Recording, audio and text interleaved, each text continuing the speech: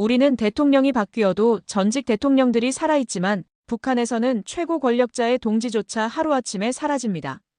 김일성의 2인자였던 박헌영 부수상은 2년간의 고문 끝에 처형당했고 김정일의 매제 장성택은 생중계로 끌려가 나흘 만에 처형되었습니다. 심지어 김정은의 이복형 김정남은 해외 공항에서 독살당했습니다. 과연 북한 3대 70년 동안 얼마나 많은 사람들이 이렇게 숙청당했을까요? 지금부터 그 이야기를 들려드리겠습니다. 구독과 좋아요로 응원해주시면 감사하겠습니다. 북한 3대 세습, 피로 물든 권력의 역사. 안녕하십니까, 여러분. 오늘은 북한 70여 년 역사를 관통하는 어두운 이면, 바로 숙청의 역사에 대해 말씀드리고자 합니다. 김일성, 김정일, 김정은으로 이어지는 3대 세습 체제. 그 화려한 구호와 선전 뒤에는 수많은 사람들의 피눈물이 있었습니다. 동지였던 이들이 하루아침에 반역자가 되고 충신이 역적으로 몰려 사라진 이야기들. 이것은 단순히 북한만의 이야기가 아닙니다. 분단된 조국의 아픔이며 우리가 반드시 기억해야 할 역사입니다. 일부 김일성 시대 권력 장악을 위한 피해 숙청. 1948년 좌파 연합정권의 출범. 1948년 9월 9일 북한 정권이 수립되었습니다. 당시 북한은 다양한 공산주의 세력들의 연합체였습니다. 주요 세력들은 빨치산파 김일성파로 만주에서 항일무장 투쟁을 했던 김일성과 그 추종자들, 국내파 남로단계로 박헌영을 중심으로 한 남조선 노동당 세력, 연안파 중국 연안에서 활동했던 김두봉 등의 세력, 소련파 소련에서 온 한인 공산주의자들, 허가이가 대표적, 갑산파 함경도와 만주에서 항일투쟁을 했던 박금철 등의 세력이 있었습니다. 당시만 해도 김일성은 여러 세력 중 하나에 불과했습니다. 하지만 그는 소련의 지원을 등에 업고 차근차근 권력을 장악해 나갔습니다. 한국전쟁과 첫 번째 대숙청. 김무정의 몰락 1951년. 연안파의 거두였던 김무정은 조선인민군 제2군단장이었습니다. 중국혁명에도 참여했던 전쟁 영웅이었죠.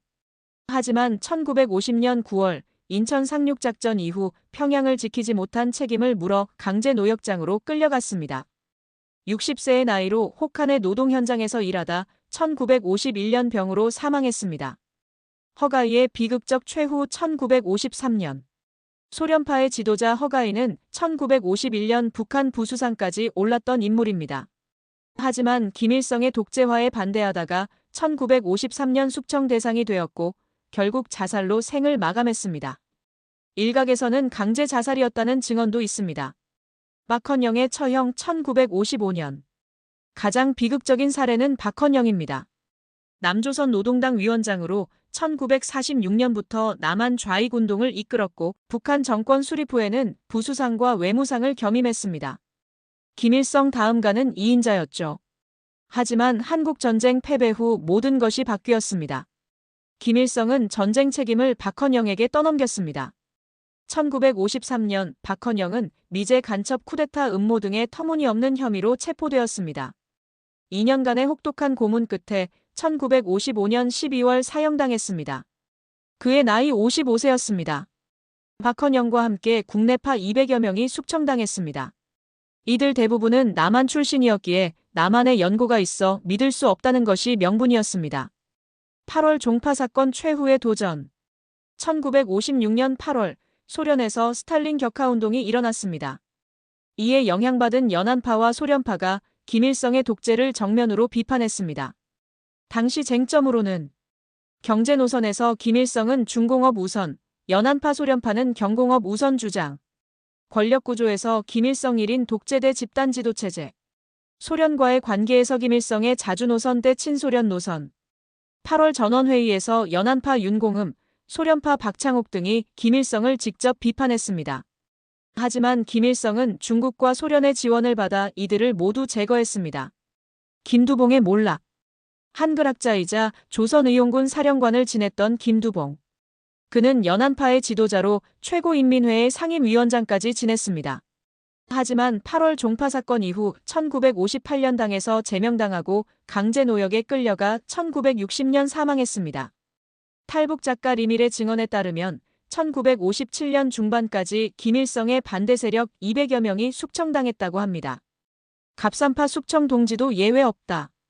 박금철의 비극 1967년. 갑산파는 함경도와 만주에서 김일성과 함께 항일투쟁을 했던 동지들입니다. 하지만 이들도 예외가 아니었습니다. 박금철 부수상은 경제 우선 정책을 주장했습니다. 또한 김정일 후계 구도에도 반대했죠. 그 결과 1967년 반당 분자로 몰려 정치범수용소에 수감되었습니다. 갑산파 숙청으로 100여 명이 제거되었습니다. 빨치산파 내부 숙청. 최광의 처형 1969년. 놀랍게도 김일성은 자신의 핵심 세력인 빨치산파까지 숙청했습니다. 1969년 군벌타도를 명분으로 군 총참모장 최광 대장을 처형했습니다. 최광은 김일성과 함께 항일무장 투쟁을 했던 동지였습니다. 하지만 군부 내 영향력이 커지자 위협으로 간주되어 제거되었습니다. 함께 숙청된 군 고위 간부가 40여 명에 달했습니다. 김일성 시대 숙청의 의미.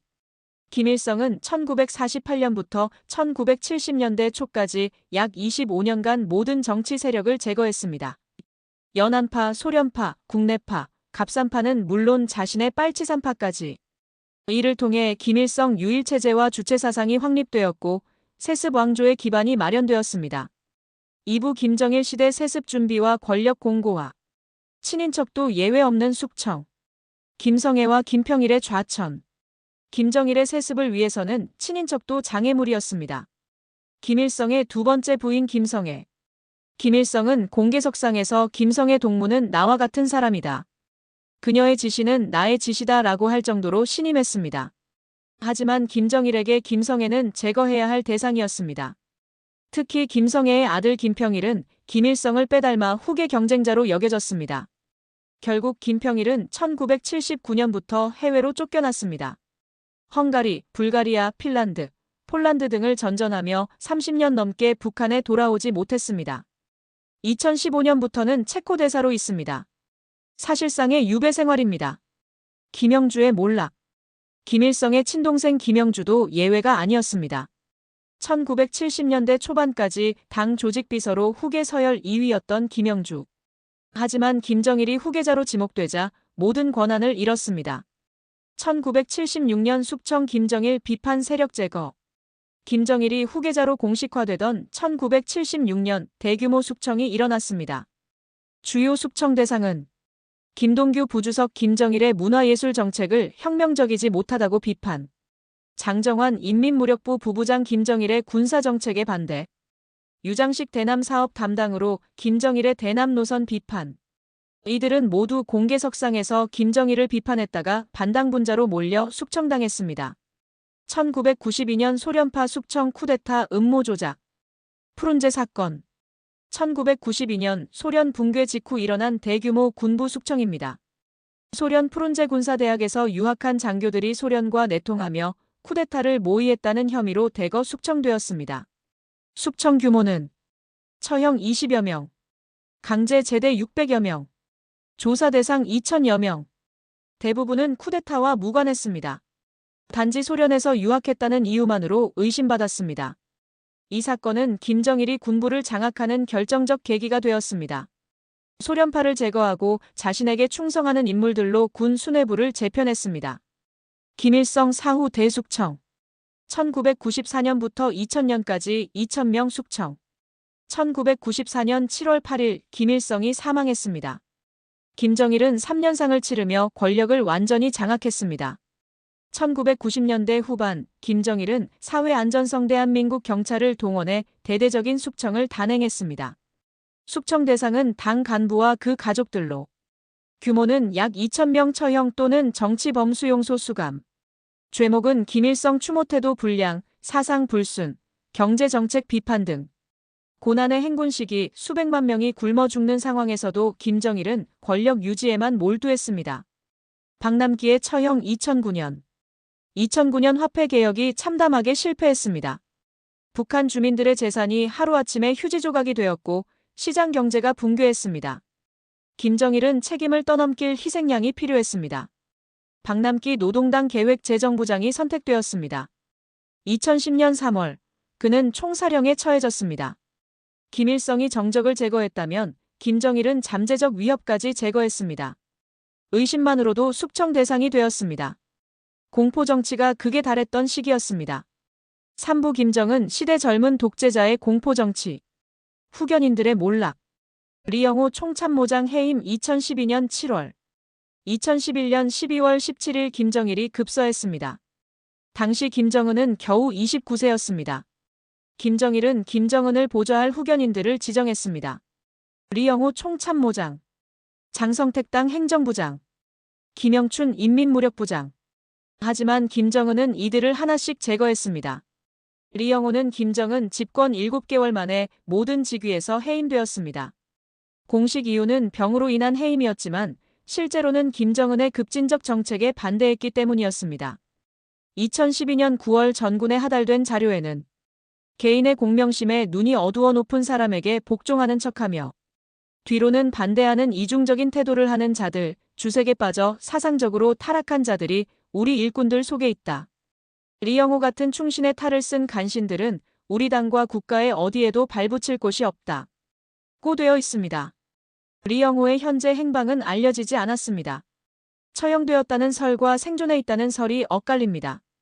장성택 처형 충격의 사건 2013년 12월 12일 역사적 사건. 김정은 최대의 후견인이었던 장성택. 김정일의 매제이자 김정은의 고모부였습니다. 장성택은 북한 경제를 총괄하며 막강한 권력을 행사했습니다. 특히 중국과의 경제 협력을 주도했습니다. 하지만 그것이 화근이었습니다. 김정은은 장성택의 권력이 자신을 위협한다고 판단했습니다. 2013년 12월 8일 정치국 확대회의에서 장성택이 끌려나가는 장면이 TV로 생중계되었습니다.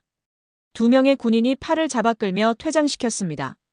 12월 12일 국가안전보위부 특별군사재판이 열렸습니다.